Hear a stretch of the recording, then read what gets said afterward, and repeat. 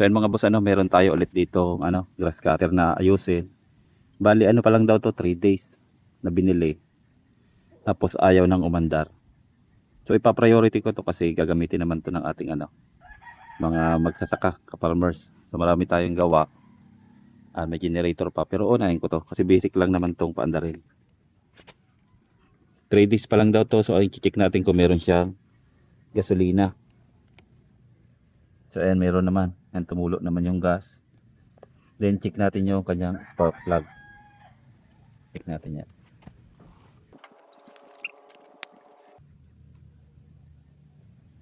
So kanyang spark plug, wala naman siyang yung ng tuti. Try lang natin, hatiin siya. Check natin kung may kuryente to. So ayan, malakas naman ang kuryente kasi bago pa lang. Balik natin ulit.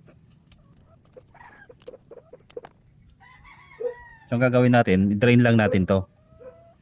Drain lang natin yan. Kung mapapansin nyo, yung gasolina niya medyo yellowish. Yellowish yung gas niya. Maaring nauna yung nauna yung tuti. Kaysa sa gas hindi siya nagmix ng maayos. Ayan, ayan, medyo yellowish yung gasolina niya. So di-drain lang natin para mapalitan yung gas. Ayan, wala na. Check natin dito.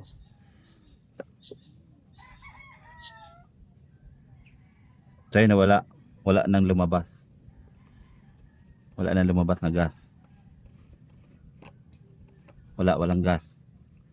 Ayan, puno naman siya pero wala nang lumabas na gas. Ibig sabihin may nagbara agad dito sa kanyang fuel cap. Ayan, daming dumi pala, daming dumi kaagad. So pag nagsasalin kayo dito mga boss, huwag nyo nga alisin to pag nagsasalin yung pinaka filter nya, kasi pag nagsalin kayo nang wala yung filter, papasok yung dumi. Ayan yung dumi, ang dami, sa kanyang hose. Yan. So talagang hindi aandar kasi wala nga gasolinang lumalabas na. Yan, dinrain ko na yan. So wala siyang lumalabas. So lilinisan natin to mga boss. Ito lang. Check natin kung may gas dito. Malakas. Yan, meron naman. Then check natin yung loob. So wala namang kabara. Balik natin ulit. Pag ayaw pa rin bumuhos mga boss, katukin lang natin tong carb. Baka nag-stack up lang yung kanyang floater, yung pinaka needle nya. So, balik lang natin to. Then katukin lang natin tong nya. Ayun natin kung may bubuhos siya. So ayun, wala pa rin. Ayun, wala pa rin. Pag wala pa rin, bubuksan na natin dito yung dalawang tornilyo na yan. Maaring nag-stack up yung kanyang float valve. Okay. So mga boss, after kung mabuksan, halos wala siyang gas. Check natin to. Ayan, stack up siya. Then papatuloy na natin yung gas. Ayan, meron na.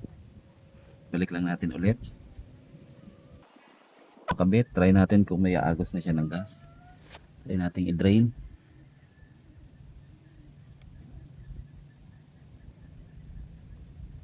Yun, meron na siyang gas, may tumutulo na mga boss. Then after natin i-try, kailangan tuyuin natin to. Baka layaban tayo nito Tuyuin natin yan. Tuyuin lang natin.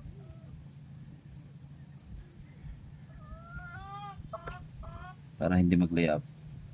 Tapos try natin, lipat natin. Okay.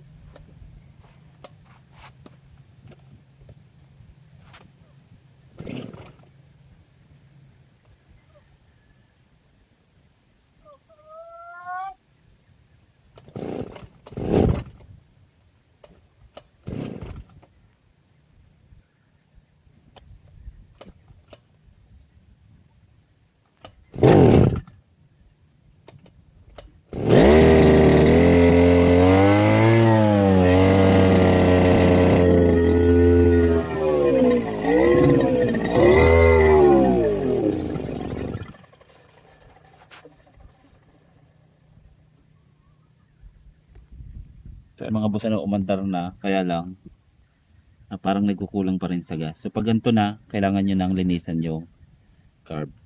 Baka may dumi na siyang nakabara. Pati itong hose, lilinisin na to. So yun mga boss ano, sa paglilinis naman mga boss ano, kakalasin nyo to. Then ito, kahit bugahan nyo lang or sundutin nyo to. Tapos importante itong kanyang fuel cock, lilinisan nyo. Pati dyan, sisiritan nyo, tatanggalin nyo to. So mga boss, ito ano, sisiritan nyo rito. Ayan. Saka dito.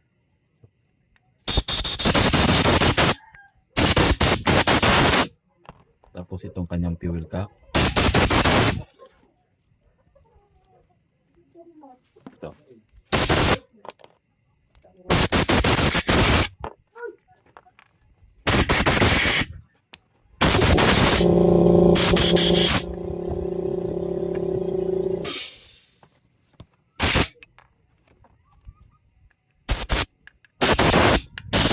So after nyan mga boss, pwede nyo na buuhin to. So okay na yan.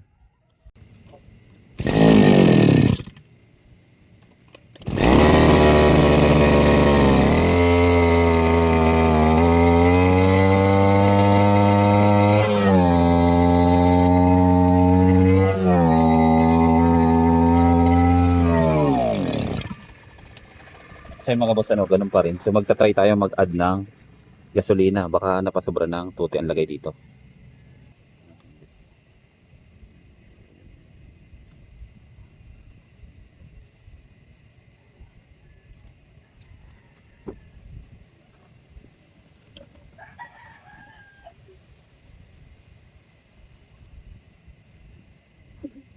Tapos na rin natin dito mga boss para mawala yung palitan siya.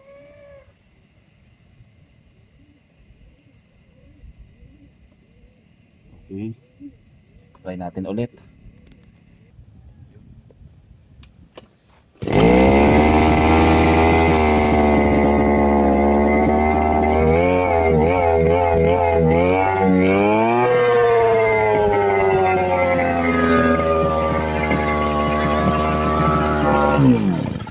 Then mga boss ano, okay na siya. So ganun lang yung mga gagawin nyo kapag ayaw umandar. Ito 3 araw pa lang to. Ayaw nang umandar agad.